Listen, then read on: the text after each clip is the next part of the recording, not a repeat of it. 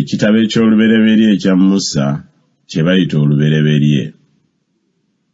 Essula 11. N'ensi zonna zaalina olulimi lumu n'enjogera emu. Awo bwe baali batambula ebuvanjuba ne balaba olusenyi mu nsi Sinali ne batuula omwo.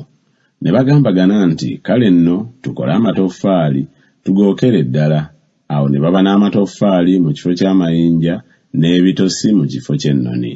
Ne boogera nti, kale nno twezimbire ekibuga n'ekigo ekirituusa entikko yaakyo mu ggulu, era twefunire erinnya, tuleme okusaasaanira ddala ewala mu nsi zonna. Mukama n'akka okulaba ebibuga n'ekigo abaana b'abantu bye baazimba. Mukama n'ayogera nti, laba, abo ly'eggwanga limu era bonna balina olulimi lumu.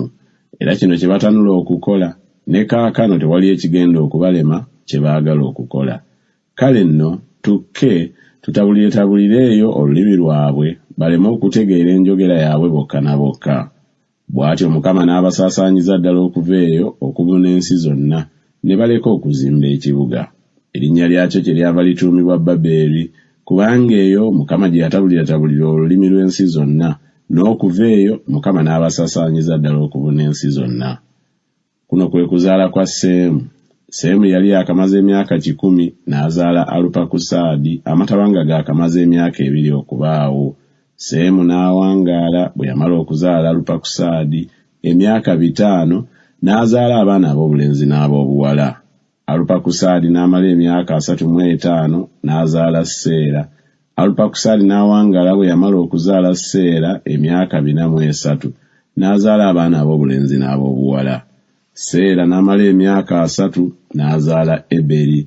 Seera n'awangaala bwe yamala okuzaala Eberi emyaka 43 n'azaala abaana ab'obulenzi n'ab'obuwala. Eberi n'amala emyaka 34 n'azaala Peregi. Eberi n'awangaala bwe yamala okuzaala Peregi emyaka 43 n'azaala abaana ab'obulenzi n'ab'obuwala. Peregi n'amala emyaka 3 n'azaala Leewo. Peregi n'awangaala bwe yamala okuzaala Leewo emyaka 29 n'azaala abaana ab'obulenzi n'ab'obuwala.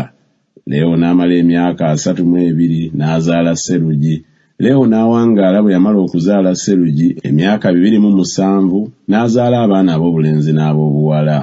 Serugi n'amala emyaka 3 n'azaala Nakoli. Serugi n'awangaala bwe yamala okuzaala Nakoli emyaka 2 n'azaala abaana ab'obulenzi n'ab'obuwala.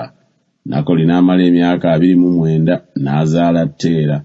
Nakoli n'awangaala bwe yamala okuzaala Teera emyaka 119 n'azaala abaana ab'obulenzi n'ab'obuwala. Teera n'amala emyaka 7 n'azaala Ibulaamu, Nakoli ne Kalani. Era kuno kwe kuzaala kwa Teera. Teera yazaala Ibulaamu, Nakoli ne Kalani. Kalani n'azaala Lutti. Kalani n'afiira awali kitaawe mu nsi mwe yazaalirwa mu Uli, y'ensi ey'Abakaludaaya. Ne Ibulaamu ne Nakoli ne beewasiza abakazi. Omukazi wa Ibulaamu erinnya lye Salaayi, n'omukazi wa Nakoli erinnya lye Mirika, omwana wa Kalani, ye kitaawe wa Mirika era kitaawe wa Isika. Era Salaayi yali mugumba, teyalina mwana. Teera n'atwala Ibulaamu omwana we, ne Lutti omwana wa Kalani omuzzukulu we, ne Salaayi muka mwana we, omukazi w'omwana we Ibulaamu. Ne bavaayo nabo mu Uli, y'ensi ey'Abakaludaaya, okuyingira mu nsi ya Kanani, ne batuuka e Kalani ne batuula eyo.